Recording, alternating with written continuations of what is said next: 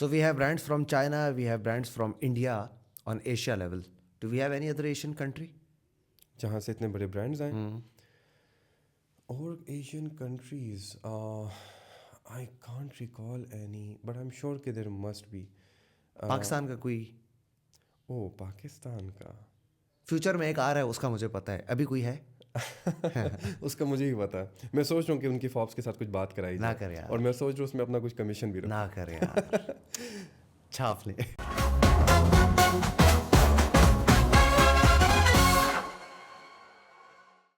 बड़ा काम ऐसा होता है कि हमारे पास कोई जो हमारे स्पीकर्स हैं, गेस्ट्स हैं, वो रिपीट होते हैं। And for this particular one I am very excited.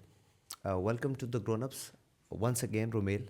Thank you so कैसे हैं मच। आप? अल्हम्दुलिल्लाह, आप कैसे हैं? अल्हम्दुलिल्लाह। First of all thank you very much कि आप दोबारा आए।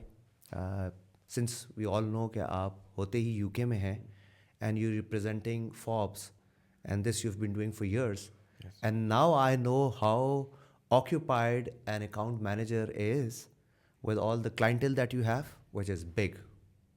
पिछली दफ़ा आप आए थे, हमारी बात हुई थी how you got into the Forbes and you are the first ever South Asian to make it to Forbes.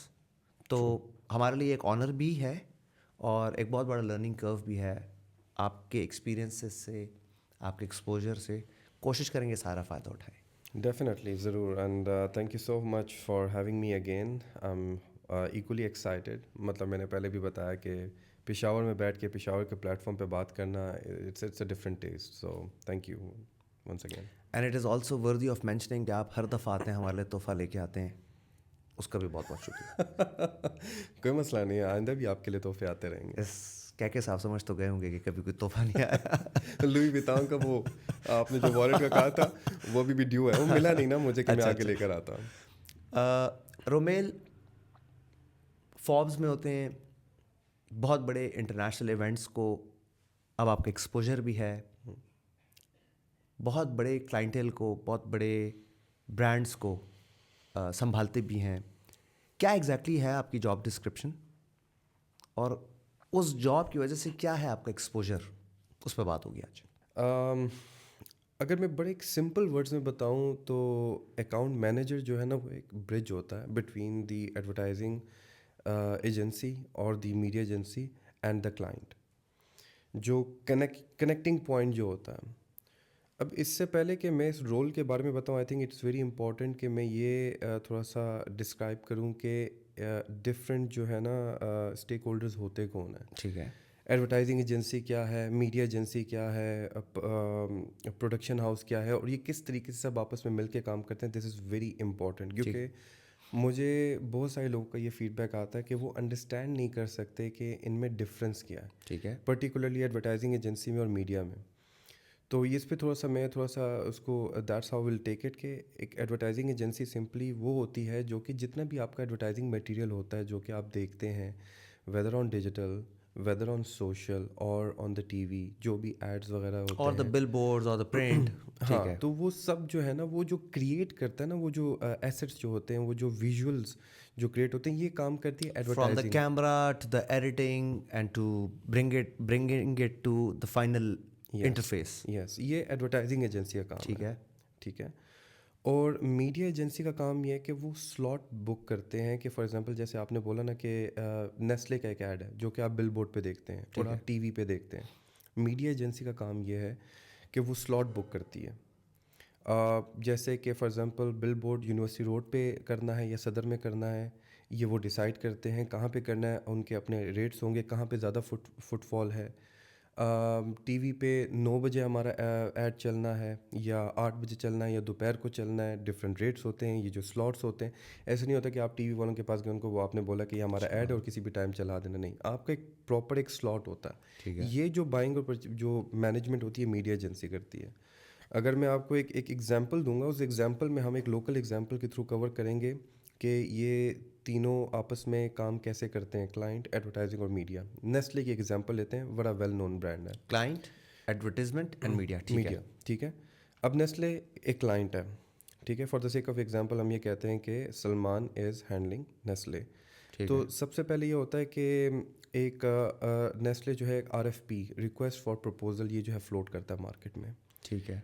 RFP से फिर ये होता है कि डिफरेंट एडवर्टाइजिंग एजेंसीज जो हैं वो पिच करती हैं। ठीक है। उसके लिए हो सकता है बीबीडीओ, ओगिलवी, मैकैन, प्लेक्स पीआर, कोई भी आगे जो है वो कर सकता है। ठीक है।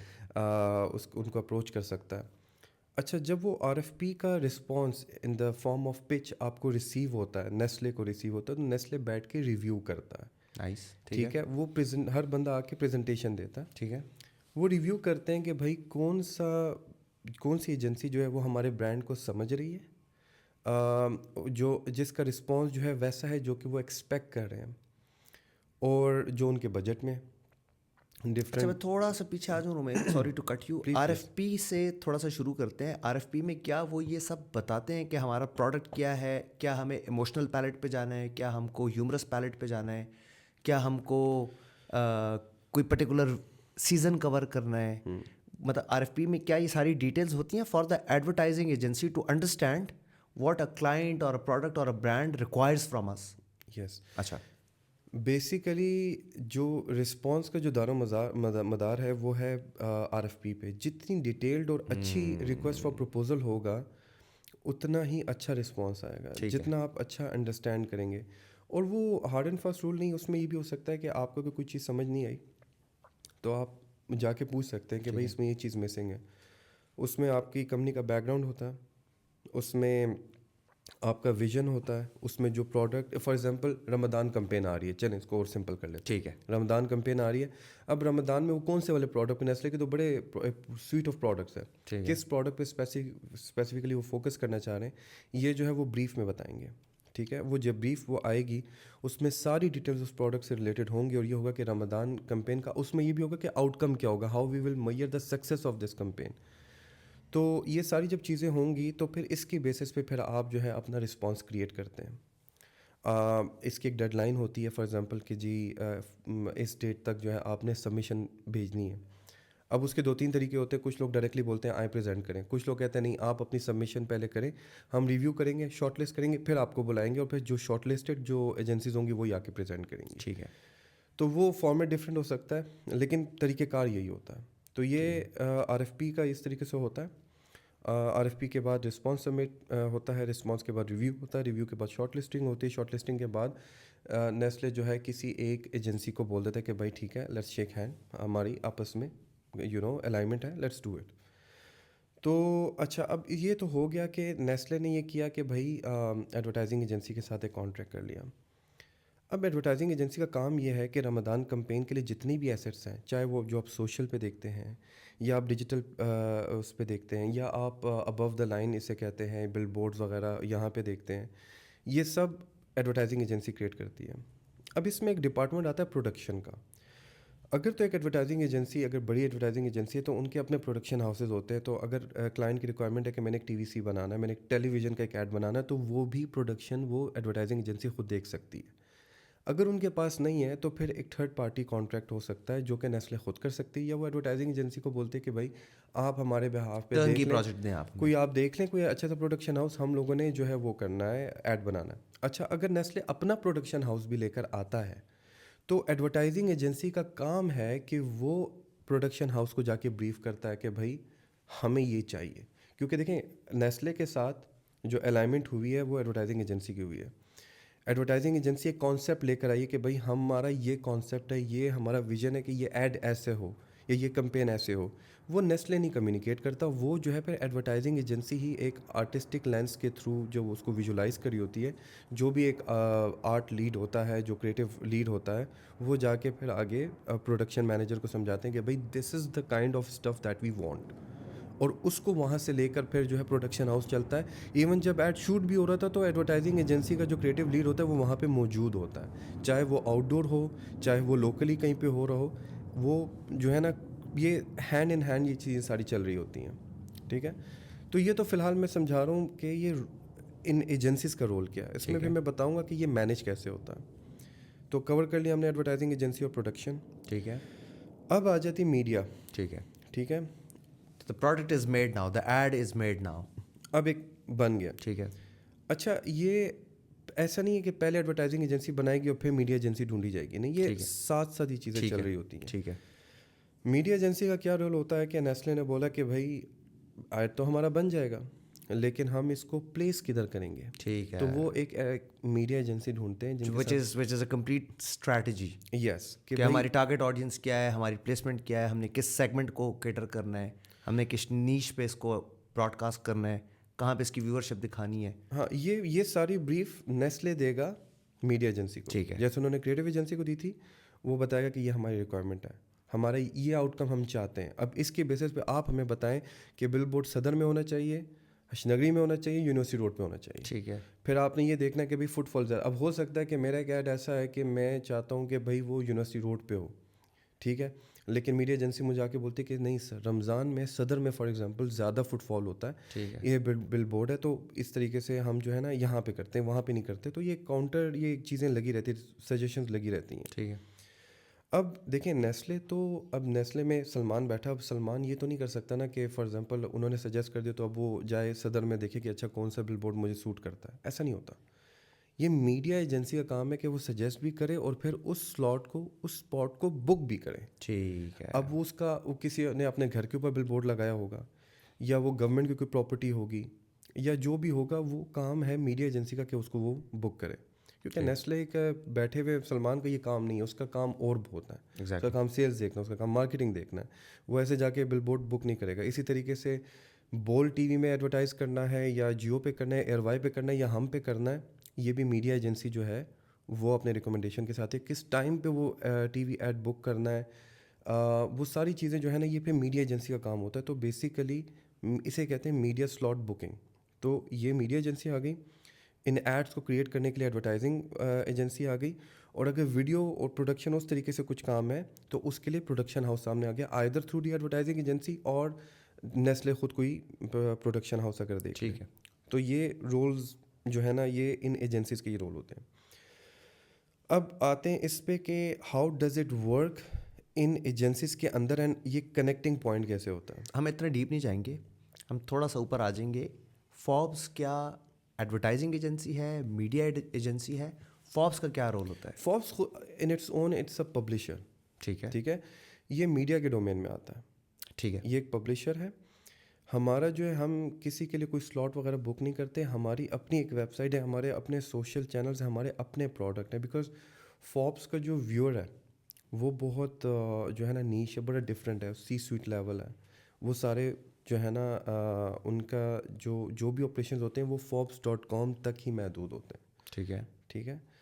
तो ये मीडिया के डोमेन में आता है। फॉर एग्जांपल अब किसी ने, नेस्ले ने एक कैंपेन बनाई हुई, मैं उस पर वापस जाऊंगा कि रमज़ान कैंपेन है, वो मीडिया एजेंसी से बात करते हैं, मीडिया एजेंसी बोलती है कि यार अगर उसमें वो टारगेट करते हैं प्रीमियम उसको, कि भाई हम लोग सी स्वीट, हम चाहते हैं कि सी स्वीट पे हमारा जो है ना ये ऐड देखा जाए, तो हमारे उसमें फूड एंड बेवरेजेस का जो सेक्शन होगा वेबसाइट पे, जहाँ पे हम लोग फूड और बेवरेजेस के हमारे एडिटर्स जो हैं वो आर्टिकल्स पब्लिश करते हैं, या हमारे वो क्लाइंट्स उस जो डोमेन में आते हैं वो वहाँ पे हम उनके आर्टिकल्स पब्लिश करते हैं।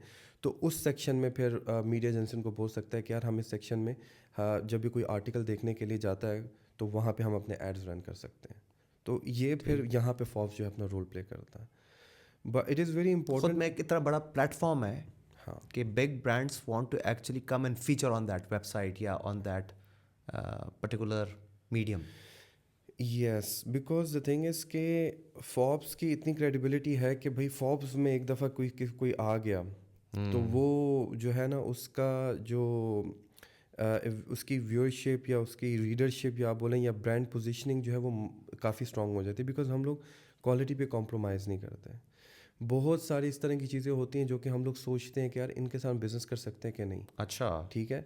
काफ़ी चीज़ें ऐसा नहीं कि हम हर किसी से बिजनेस लेंगे। सिर्फ पैसों की बात नहीं है। No. ब्रांड की अपनी एक हिस्ट्री, उसकी अपनी क्रेडिबिलिटी, उसकी अपनी एक सोशल फुटेजिंग इतनी स्ट्रांग होनी चाहिए कि वो फॉर्ब्स पे लैंड कर सके। यस, ठीक, बिकॉज द थिंग इज़ कि अगर हम हर किसी से बिजनेस लेने लगें और हर किसी को अगर हम लोग लॉन्च करने लगें, हर किसी को अपने लिस्ट में डालने लगें पैसों की खातिर, तो हमारी क्रेडिबिलिटी मार्केट में क्या रहेगी। अच्छा, जितने टॉप 50 या 100 ब्रांड्स होंगे वो तो यकीनन आप लोगों के मीडियम पे किसी न किसी हवाले से उनकी एफिलिएशन होगी। डेफिनेटली। ठीक है।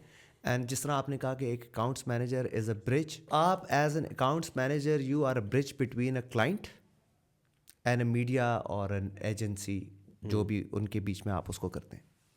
एंड आई एम श्योर आपका जो क्लाइंटल है दैट इज़ टॉप ब्रांड्स या टॉप पीपल या जिसको भी आप कनेक्ट कर रहे हैं फॉब्स पे, and to get to an end result you have to deal with certain other agencies या media houses या publishers or whatever to get that one thing done, to get it down to your website or your magazine for a final review, reading, whatever. कौन clients हैं Forbes के और आप किन clients को deal कर रहे हो? अच्छा, इससे पहले मैं ये सिर्फ क्लियर कर दूं, ये भी बहुत लोगों को जो है ना एक कन्फ्यूजन होती है। ठीक है। आपने बोला अकाउंट्स मैनेजर, हाँ मैंने बोला।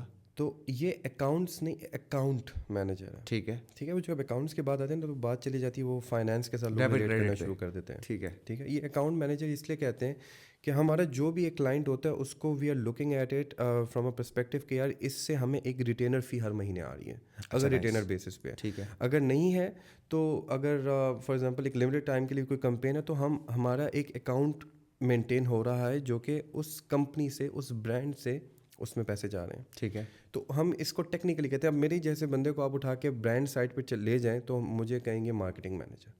The role is almost the same. ठीक है। 19-20 का फ़र्क होगा, इससे ज़्यादा फ़र्क नहीं होगा। ठीक है। ठीक है, रिस्पॉन्सिबिलिटीज़ एक ही तरह की है। तो ये अकाउंट मैनेजर है।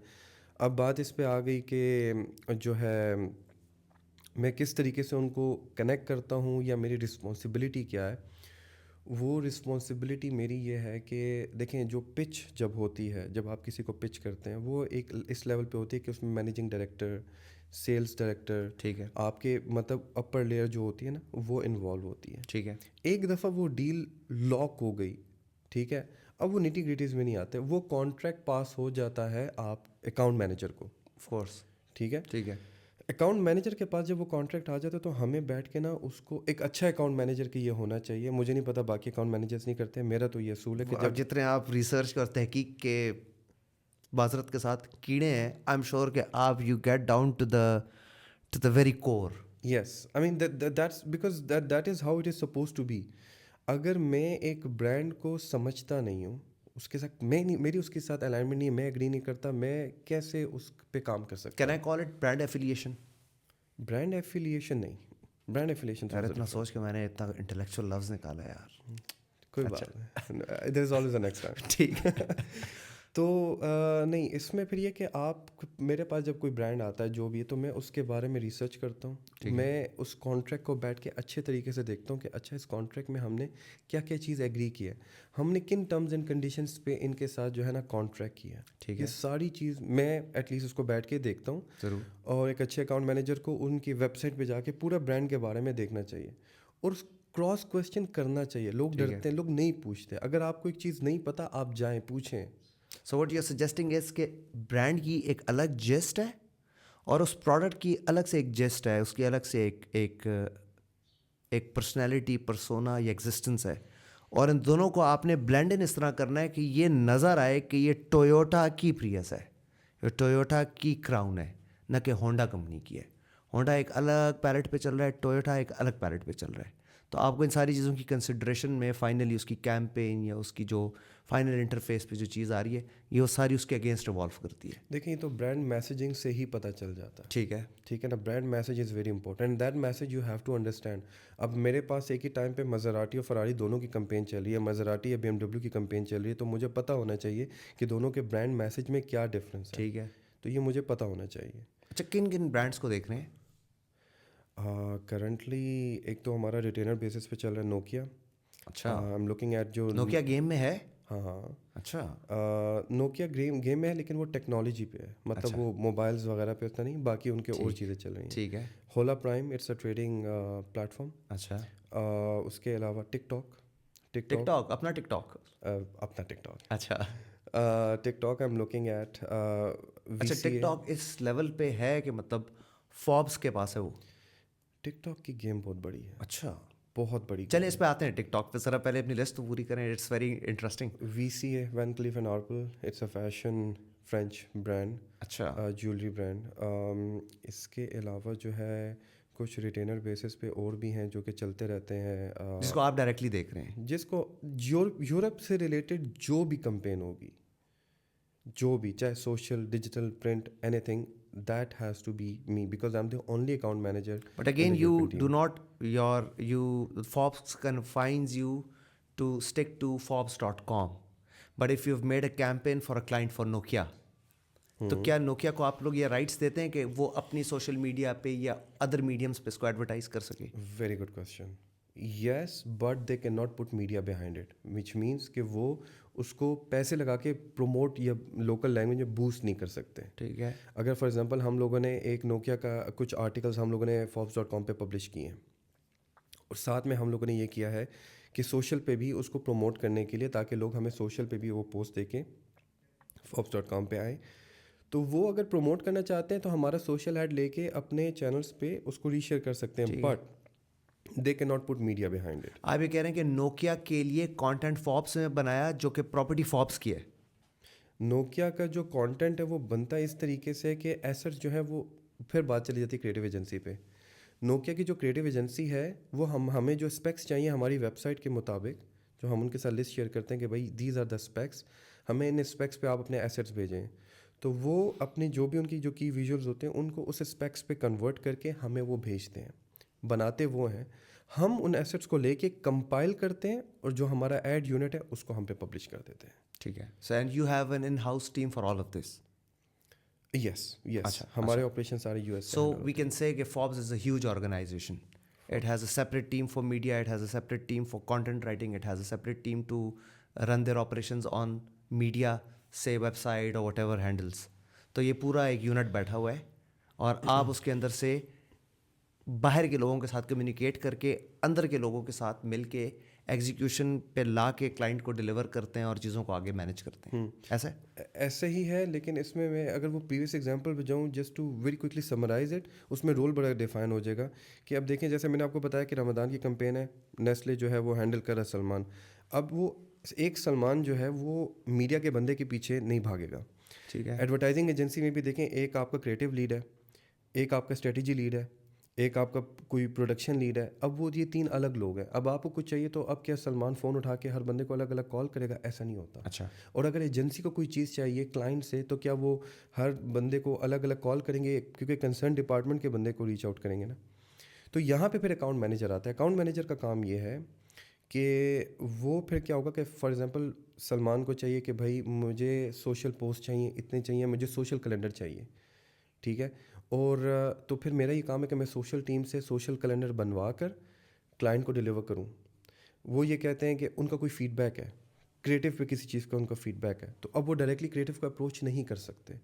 वो मेरे पास आएंगे. अगर वो डायरेक्टली क्रिएटिव को अप्रोच करते भी है तो क्रिएटिव का काम ये है कि वो मुझे लूप इन करे, मैं वहाँ पे आके उस चीज़ को हैंडल करूँगा. सो जो भी चीज़ चाहिए होगी क्लाइंट को एजेंसी से, चाहे वो मीडिया एजेंसी है तो वहाँ के अकाउंट मैनेजर उसको हैंडल करेगा, क्रिएटिव है तो वहाँ का, प्रोडक्शन है तो वहाँ का. ठीक है. ठीक है. तो ये सारे अब क्रिएटिव, मीडिया और प्रोडक्शन, इन तीनों के अकाउंट मैनेजर्स आपस में बैठ के फिर एक दूसरे के साथ कम्युनिकेट करते हैं. ठीक है. अच्छा, वेरी क्विकली, फॉर्ब्स की कितनी कैटेगरीज हैं? आपने मुझे कहा आप लोगों का क्लाइंटेल फैशन से भी है, आपका क्लाइंटेल ऑटोमोबाइल से भी है, आपका क्लाइंटेल टेक्नोलॉजी से भी है, आपका clientele I am sure food से भी होगा.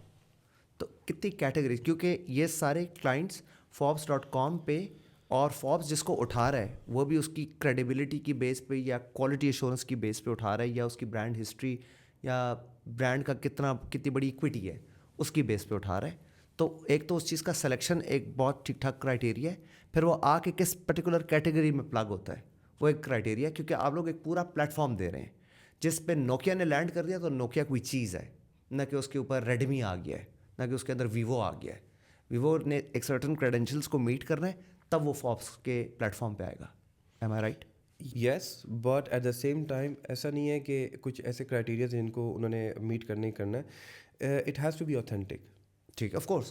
कोई मतलब कोई इस तरह का कोई कॉपीराइट इश्यूज़ नहीं होने चाहिए. उस ब्रांड की अपनी क्रेडिबिलिटी होनी चाहिए, बस इतनी सी बात है. बहुत ज़्यादा इतने हमारे कोई टफ क्राइटेरियाज नहीं है. अच्छा. आपने जो क्वेश्चन किया कि हमारी जो कैटेगरीज, तो देखें हमारे अगर आप forbes.com पे जाएं तो जो ड्रॉप डाउन मेन्यू है उस पर आपको डिफरेंट चैनल्स मिलते हैं, लाइफस्टाइल, मनी, बिजनेस. तो अब फॉर एग्जांपल जो भी लाइफस्टाइल रिलेटेड कंटेंट होगा, अब it could be for example siemens की एक कंपेन आई थी जो कि स्मार्ट हाउसिंग पे काम कर रहे हैं. ठीक है. इट्स वेरी टेक रिलेटेड, तो वो लाइफस्टाइल में भी लैंड होता है और वो जो है ना टेक्नोलॉजी के भी चैनल पे लैंड होता है. ठीक है. अच्छा, फिर हर चैनल के अंदर सब सेक्शंस होते हैं। अब बिज़नेस है तो बिज़नेस के अंदर एक फॉर एग्जांपल एक सेक्शन होगा मनी के नाम से या किसी और नाम से। तो जिस जगह पे जहाँ पे हमें लगता है कि ये यहाँ पे इट्स द राइट फिट, वहाँ पे हम उसको उस चैनल उस सेक्शन के अंदर प्लेस कर लेते हैं, उसके अंदर उसको हम पब्लिश करते हैं, वेदर इट्स आर्टिकल और एनी अदर प्रोडक्ट। ठीक है। जो ओवरऑल है हमारे तीन चीज़ें हैं, हमारा print, social and digital. These are the three products that we have that we deal in. अच्छा, now that I understand that you're dealing with top-notch brands, top-notch से मुराद not just in terms of turnover, top-notch in terms की जिनकी campaigns भी बड़ी top-notch होती हैं, and I'm sure आप उस निस्बत से बहुत बड़े बड़े एक्टर्स, मॉडल्स, इन्फ्लुएंसर्स, उनके साथ भी आपका राब्ता रहता होगा। मतलब नोकिया के ऐड में सलमान अल्ताफ़ नहीं आएगा, सलमान खान आएगा। तो आपको डील करना होता होगा सलमान खान के साथ, फॉर एग्जांपल, ठीक है। और चूंकि आपके पास पूरा यूरोप है, तो आई एम श्योर कि आपके पास सारे ब्रिटिश मॉडल्स, एक्टर्स, जिस आपने कहा फ्रेंच कुछ ब्रांड्स हैं, आप क्लोथिंग ब्रांड के लिए भी of course top notch models, top notch एक फर्टिलिटी, एक कम्युनिटी होगी जिसको आप डील करते होगे। तो इस निस्बत से आपको फॉर्ब्स में कोई ऐसे एक्सपोजर्स मिले हैं, कुछ ऐसा कोई एक्सपीरियंसेस मिले हैं जो आप शेयर करना चाहें?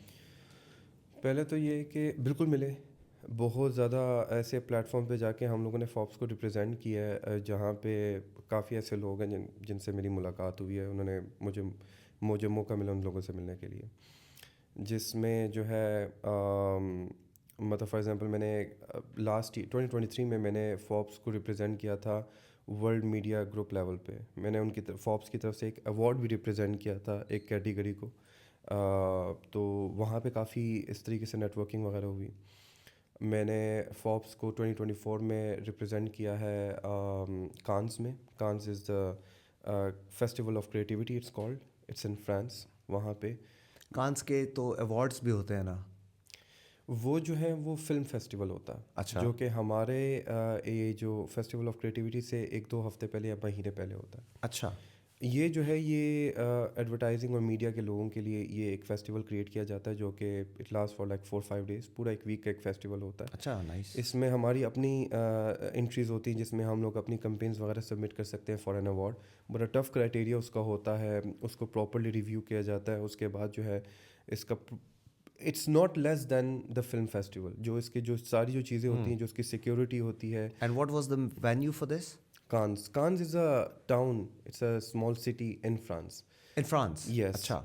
तो कांस में ही ये सारी चीज़ें जो है ना वहाँ पे ऑर्गेनाइज की जाती मस्ट बी वेरी ग्लैमरस, मतलब एक बड़ा हाई स्केल इवेंट होगा। इट्स वेरी, मतलब मुझे पूरा एक वार्डरोब जो है ना उसके लिए डिज़ाइन करना पड़ा था। नहीं नहीं। हाँ। अच्छा। मुझे मेरी कोलीग्स जो कि पहले उन्होंने अटेंड किया था, उन्होंने मुझे बताया था कि क्या चीज़ें हैं, क्या किस तरीके से। तो मुझे बाय द वे, पूरा I would like to see a few pictures. I am sure कि आपने बड़ा ही कोई जिसको कहते हैं ना फॉर्मल किस्म का और बड़ा। हाँ। अच्छा। बिकॉज कांस में हम लोगों ने वी टुक दिस अपॉर्चुनिटी, हमारी एक लिस्ट पब्लिश होती है, it's called the most influential CMOs of that year. तो हम लोगों ने 2024 की most influential CMOs of the world की जो लिस्ट जो हम लोगों ने पब्लिश की थी, वो हमने की थी कांस पे। CMO is? Chief marketing officer. अच्छा रोमेल, यहाँ तो मुझे समझ आ गई कि आप ब्रांड्स को लेकर अपने मीडियम पे उसको फीचर करते हैं, लेकिन उन ब्रांड्स में आप, या मेरा क्वेश्चन ये है कि उन ब्रांड्स में क्या आप CMOs के साथ इन कन्वर्सेशन रहते हैं?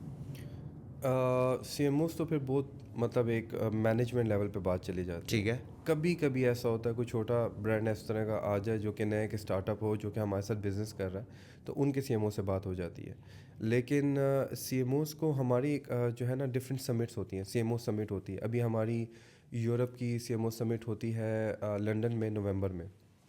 तो ठीक है। नवंबर में जो था काफ़ी CMOs हम लोगों के जो लिस्ट पे थे वो हमारे पास आए, एक पूरी एक समिट Can I हुई। have that list, the CMOs from which brands were invited? या Netflix, Oh, JLR, Jaguar land rover. oh, अच्छा।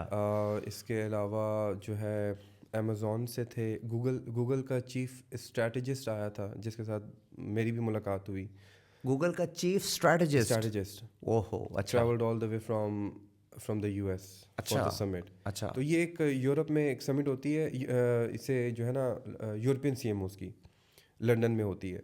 इसी तरीके से हम लोगों ने कांस में लिस्ट लॉन्च की थी world's most influential CMOs of 2024। Nice, तो अच्छा। उसमें जो है फिर काफ़ी जो इस तरीके से जो हाई प्रोफाइल अकाउंट्स के जो लोग थे जो CMOs लेवल पे थे वो फिर आए थे। Just for the information, India में क्या ऐसे ब्रांड्स हैं जो ग्लोबल लेवल पे इतने छाए हो कि उनके सीएमओस को बुलाया जाए? बिल्कुल, टाटा ओहो। Tata consulting is one of my client. अभी उनके साथ मेरा JLR जैगुआर लैंड रोवर पे जो है एक हमारा शूट भी है for one of our product on the 30th January, जिसके लिए मैं लंदन ट्रैवल कर रहा हूँ। तो अच्छा, जो है Tata consulting is one of the example from India. अच्छा, इंडिया का क्या है ना कि उधर वहाँ पे एक लाइसेंसी भी ऑपरेट करती है फॉर्ब्स इंडिया के नाम से। अच्छा, नाइस।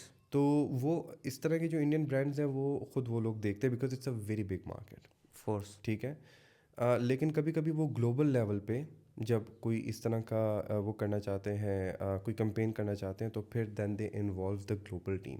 तो उसमें फिर वी प्ले आवर पार्ट। अगर वो यूरोप में हो रही है तो फिर यूरोपियन टीम आ जाती है, अगर वो US पे कर रहे हैं तो फिर US की टीम आ जाती है। चलो मेल, now that we are in Asia, hmm तो China has always emphasised on mass production hmm और ब्रांडिंग पे।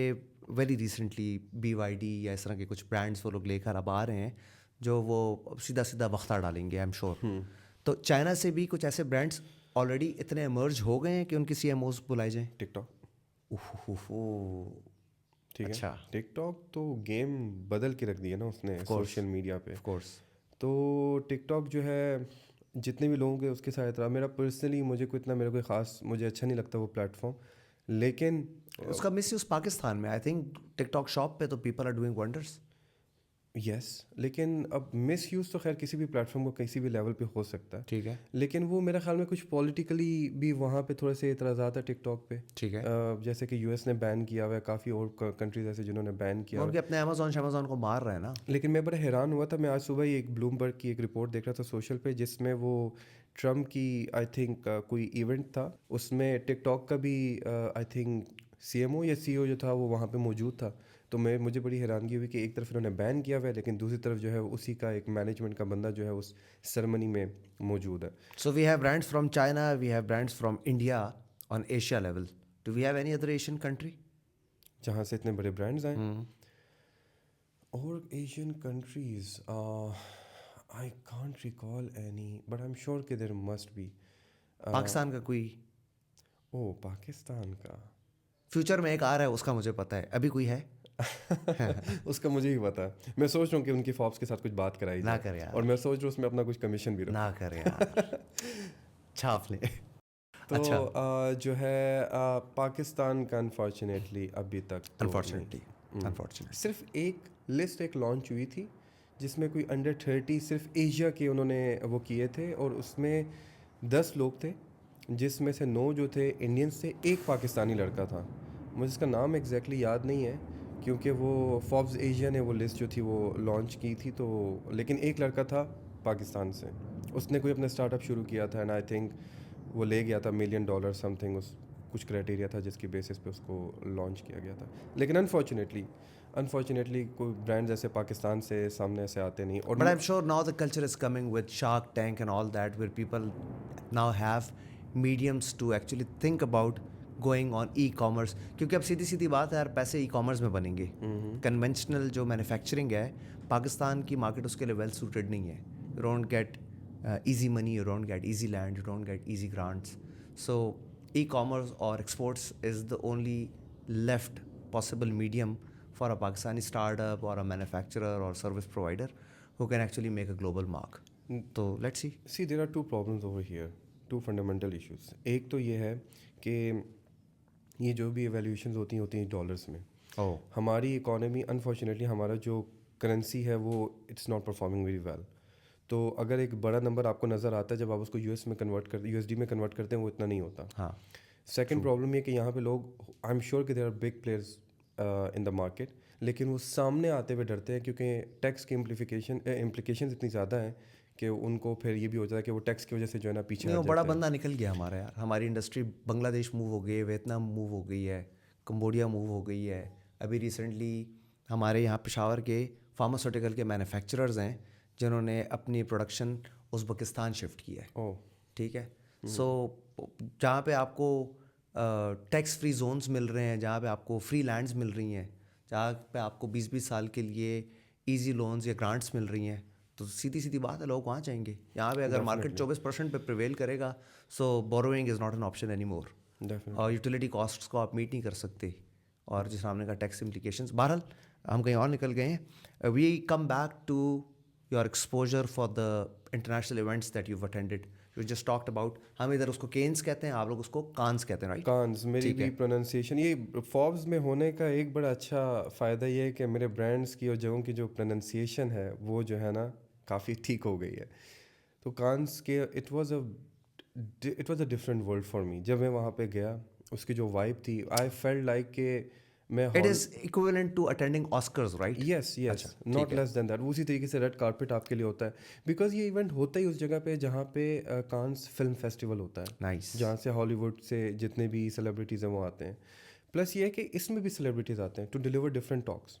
ठीक है, अब जॉन लेजेंड को देखा था, उसकी वाइफ जैशी इज़ ऑल्सो मॉडल, उसको देखा था। हमारे CMO लिस्ट लॉन्च पे जो है गैरी आया था, who's a very big YouTuber, Gary Vaynerchuk, of course. उससे मुलाकात हुई थी। प्रणव यादव, इसके अलावा काफ़ी ऐसे बड़े बड़े एडवर्टाइजिंग में लोग हैं जिन्होंने जो है ना जिनसे मुलाकात हुई, उनसे काफ़ी उनके जो उन्होंने जो डिलीवर किया टॉक, उनसे सीखने को भी काफ़ी कुछ मिला।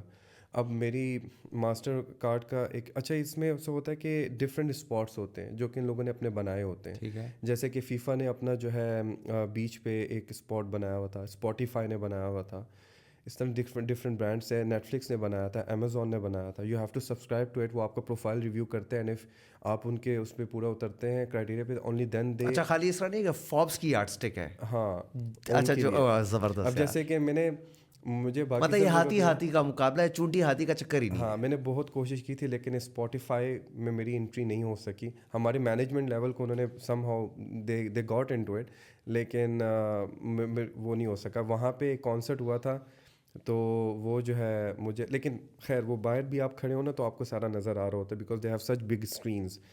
तो बिल्कुल एक क्राइटेरिया हर जगह का होता है, और उसके अकॉर्डिंगली मास्टर कार्ड विला पे मैंने 1-2 दिन वहाँ पे गुजारे। मास्टर कार्ड विला पे जो है उन्होंने एक विला बुक किया था close to the river, up in the mountains. वो पूरा विला उसकी मैंने प्राइस में कहीं देखी थी, उसकी कोई तकरीबन कोई $60 मिलियन की तो सिर्फ उस जगह की प्राइस थी, फॉर द प्रॉपर्टी? अगर आप वो मतलब फॉर द सेलिंग। ओह, अच्छा। और उसका रेंट जो होगा $4-5 लाख होगा, एक मेरा ख्याल से 1-2-3 दिन का, अच्छा। Not less than that. अच्छा।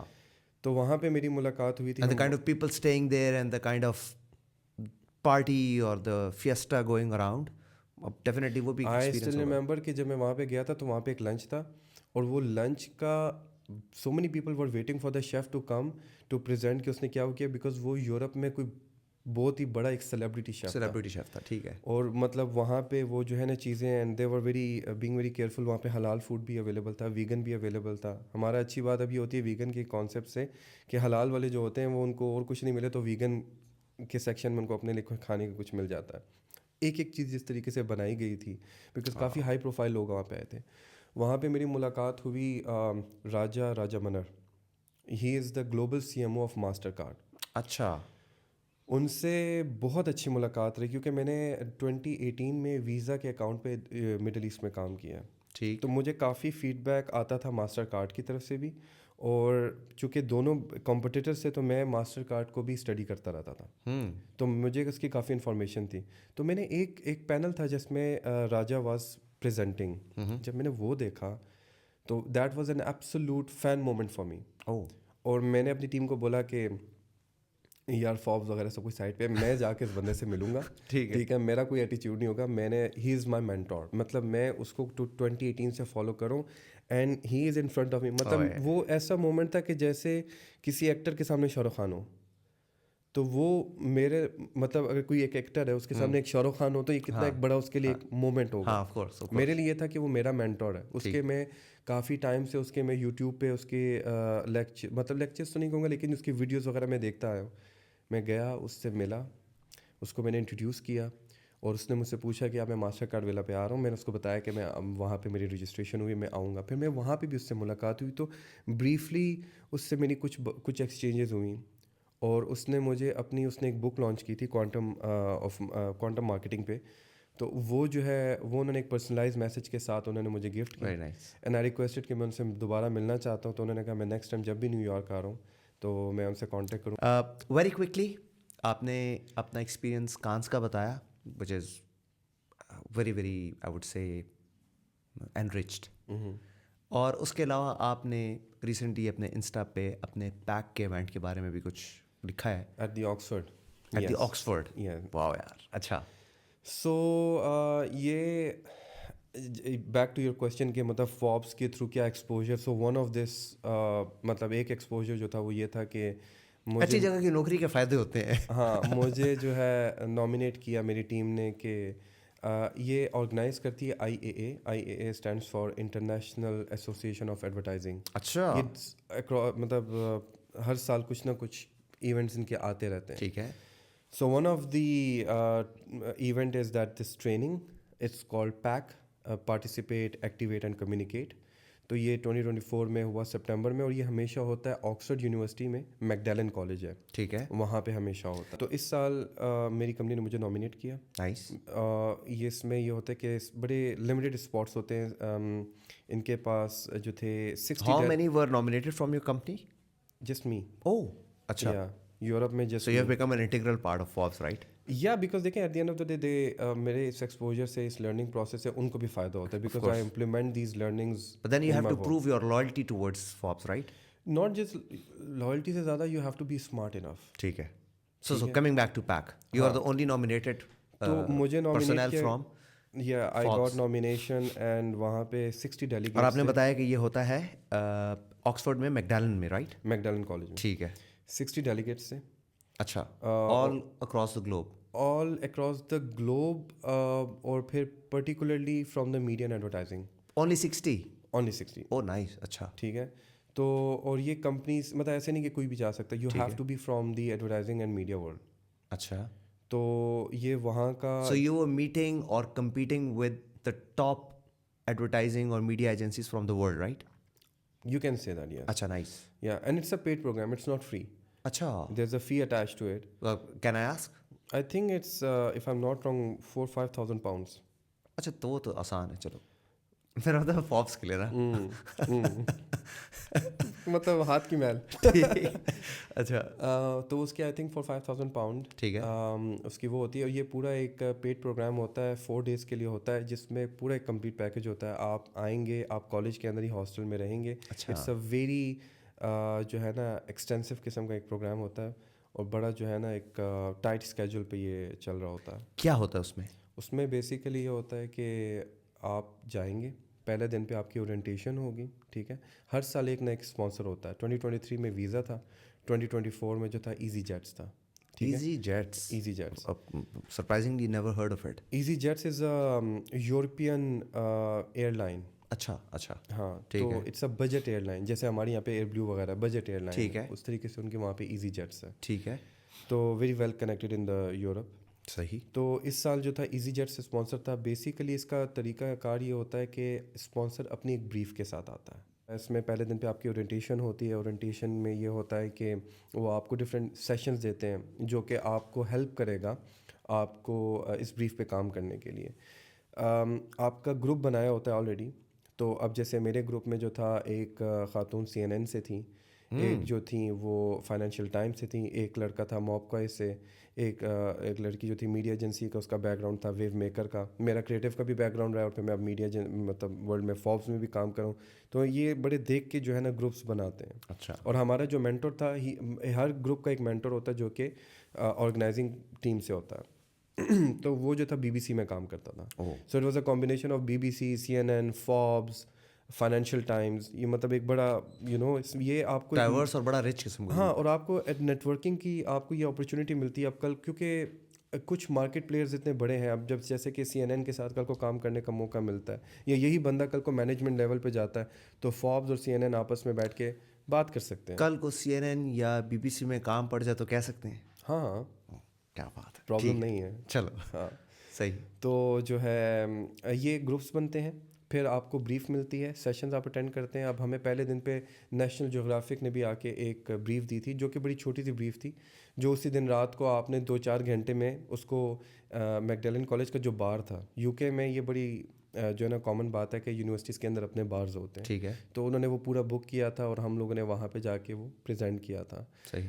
इट वाज जस्ट लाइक कि वो आप अपनी ज़रा टीम के साथ जल अलॉन्ग कर लें और थोड़ा सा मतलब एक कॉन्फिडेंस भी आ जाए लोग 50-60 लोगों के सामने बोलने का, ताकि बड़ी ब्रीफ जब आपने प्रेजेंट करनी हो तो उससे पहले आपकी थोड़ी सी प्रैक्टिस हो जाए। तो पहले दिन पे ये So होता है। now this airlines, EasyJet, compiled the most diverse or well accomplished people from the highest cadre under an umbrella and wanted them to actually come up with the advertising plan or whatever Yes. for the airlines, right? Yes. Oh, nice, yeah. सो मतलब उन्होंने एक अपनी brief दे दी, उन्होंने कहा कि इसको आपने answer करना What a है। thing. I think it was 20th और 25th। Do you see this culture coming in Pakistan? Because a lot of brands, a lot of manufacturers, a lot of e-commerce players, a lot of millionaires are now coming because of bitcoins and all that. Do you think that mindset is coming to Pakistan where people from different set of life, advertising and media and all that would come under an umbrella, maybe top 10, 20, and a brand would have a vision कि वो कहे कि यार अब मेरे लिए आप लोग come up with something global. शायद अनवर ने हमारा एक टैबू ब्रेक किया है। आ पाकिस्तानी गाय मेकिंग सलाजी drinks and selling all over the world. Product बना है नहीं बना, मिलियंस वो छाप किया है। That is a case study. देखिए ये तो मुझे ये नहीं पता कि अब हो रहा है कि नहीं हो रहा। मेरे टाइम पे नहीं हो रहा था जब मैं यूनिवर्सिटी में था। आप अपने आप को इस बात का जिम्मेदार नहीं समझते? इतने बड़े एक्सपीरियंस के बाद आप पाकिस्तान आए और इस तरह की एक चीज़ इधर इनिशिएट करें, तो सारा इंटरनेट का उसके दौर लिए है, प्लेटफॉर्म होना चाहिए। तो बनाए ना। ये प्लेटफॉर्म तो मुझे अब फॉर एग्जांपल यूनिवर्सिटीज़ मुझसे कांटेक्ट करें, वो मुझसे बैठ के इस बारे में बात करें, मैं उनके लिए प्रोग्राम बनाने के लिए तैयार हूँ। कि मैंने एक पेशावर की यूनिवर्सिटी को जो है उन्होंने मुझे अप्रोच किया, मैंने उनको एक प्लान बना के दिया कि कोर्सेज़ में ये चीज़ें होनी चाहिए, ये चीज़ें एक्सक्लूड होनी चाहिए। I am happy to work along with them कि भाई इस तरह के प्रोग्राम, जैसे कि मैंने पैक अटेंड किया है, वहाँ पे क्या था, हम यहाँ पे आप ब्रांड से बात करें, वो आए ब्रीफ दें और फिर स्टूडेंट्स जो हैं ग्रुप्स बना के पिच करें, डिफरेंट यूनिवर्सिटी साथ मिल के काम करें। नहीं तो एक ही यूनिवर्सिटी में जो है इस तरीके से चीज़ें अपॉर्चुनिटीज़ उनको प्रोवाइड की जाए। ये कोई बड़ी बात नहीं है, ये बड़ी एक नॉर्मल सी बात है और उस पर काम किया जा सकता है। लेकिन अगर आप बोलें कि भाई रोमेल अपने ओन पे ये कर सकता है, तो रोमेल अपने ओन पे नहीं कर सकता, बिकॉज मेरे पास वो एक प्लेटफॉर्म नहीं है। अगर हो तो आई एम वेरी मच हैप्पी। अभी इंडिविजुअल लेवल पे लोग मुझे कांटेक्ट कर रहे हैं कि अच्छा, हाँ, इंडिविजुअल लेवल पे मुझे कांटेक्ट करते हैं। कोई मतलब कोई लास्ट मेरा एक पॉडकास्ट देख के एक लड़की ने मुझे कांटेक्ट किया था कि मेरा एक इंटरव्यू है स्पेनिश एम्बेसी में, can you help me with that. मुझे उसको, तो मैंने वो 3rd राउंड तक पहुंची, नहीं कर सकी वो एक अलग बात है, लेकिन एट एवरी स्टेप मैंने उनको गाइड किया। इस तरीके से वो काफ़ी लोग हैं जो कि आते हैं, वो बात करते हैं गाइडेंस के लिए। लेकिन अगर एक ऐसा प्लेटफॉर्म हो जहाँ पे ये रोमेल, सब आ सकें। I would love to continue on and on, but again, we always have a time constant. In the very last, जिस तरह आपने कहा individually लोग मुझसे पूछते हैं, is there a collective message that you want to give out to the graduates who are either on the verge of graduating or just graduated and want to start their career specifically in advertisement or media? सबसे पहली बात है कि don't wait for you to graduate. अच्छा, ठीक है, if you want to do something, take a step now, there Okay. Is no tomorrow, just take a step now. ठीक है, Secondly, they need to work on their attitude. They need to have the right attitude. ठीक है, काम करने वाला attitude होना चाहिए, समझने वाला। ये नहीं कि अपने अंदर से मैं निकाल दें कि मुझे पता है, आपको नहीं पता। जब आप किसी से आके मिल रहे हैं, वो इंडस्ट्री का बंदा है, तो फिर उसकी आप एक्सपर्टी से फ़ायदा उठाएं। ठीक है, ठीक है, और छोटा या बड़ा दैट डजेंट मैटर, अपना एक्सपीरियंस करना शुरू करें। नाइस, जैसे कि मेरे टाइम पे I still remember, I am sciences में एक स्टूडेंट थे जिन्होंने कुछ आइडियाज़ में कुछ किया था और उन्होंने कहा था कि हम अपना एक तंदूर लॉन्च करेंगे। ठीक है, अब अगर आप घर जाके बताएं तो आपके पेरेंट्स बोलेंगे कि यार तो अब तुम इतना ग्रेजुएट होके तंदूर वो करोगे। It doesn't matter, you start from somewhere, so don't wait for yourself to be graduated. Tandoor की एक वेरिएशन नान सेंस के नाम से आई थी, चीज़ नान और ये नान और वो naan. It was a value addition. ठीक है, इस तरीके से आप अभी इंतज़ार नहीं करें, शुरू कीजिए छोटा। जो भी आपके पास आइडिया है, 2-4 दोस्त इकट्ठे करें और जो आप लोग स्टार्ट कर सकते हैं वो करें। गाइडेंस चाहिए, इस पॉडकास्ट के थ्रू बहुत सारे लोग हैं जिनको वो रीच आउट कर सकते हैं। एडवर्टाइजिंग में चाहिए, मार्केटिंग में चाहिए, मैं हूँ, बाकी और चीज़ों में चाहिए, और भी बहुत सारे लोग हैं जिनके साथ आप लोग कनेक्ट कर सकते हैं। और बाकी जो आपने बोला कि मीडिया और एडवर्टाइजिंग के लिए, तो उसके लिए है कि अपने मेंटर्स ढूंढें इन इंडस्ट्रीज़ में उनसे बात करें। आपके आइडल्स होने चाहिए कि अच्छा कौन से लोग हैं। अब जैसे कि मेरे थे, जैसे राजा मनर जो है वो मेरा एक मेंटोर था मास्टर कार्ड से। इस तरीके से उन ब्रांड्स को स्टडी करें जो आपको पसंद है, उनकी सक्सेस को देखें, उसको एज अ केस स्टडी पढ़ें। प्रॉब्लम हमारा ये, हमारा स्टूडेंट जो है वो सिर्फ जो है ना बुक्स तक जो है वो लिमिटेड है। उसके अलावा ना तो अपनी रिसर्च करता है और ना जो है ना अपनी कोई केस स्टडीज़। आप केस स्टडीज़ पढ़ें, रिसर्च करें। रिसर्च करें और केस स्टडीज़ पढ़ें। केस स्टडी से जितनी आपको हेल्प मिलेगी, अगर आप हफ्ते में एक केस स्टडी भी पढ़ लेते हैं तो आप देख लें कि एक सेमेस्टर में आप कितनी केस स्टडीज़, वो आपको कितना सॉल्यूशंस देगी जब आप ग्रेजुएट होंगे। So it's all about that. Romail, unfortunately, we have a time constraint. There is always a next time. I thank you again for coming over. No worries. बहुत ज़्यादा मज़ा आया कन्वर्सेशन का। आप सबको भी इसके अंदर से, if you ever want to contact Romail, if you want to learn, he's always available and he's kind that he made it to grown ups once again. अपना ख्याल रखें, दुआ में याद रखें। अल्लाह हाफिज़।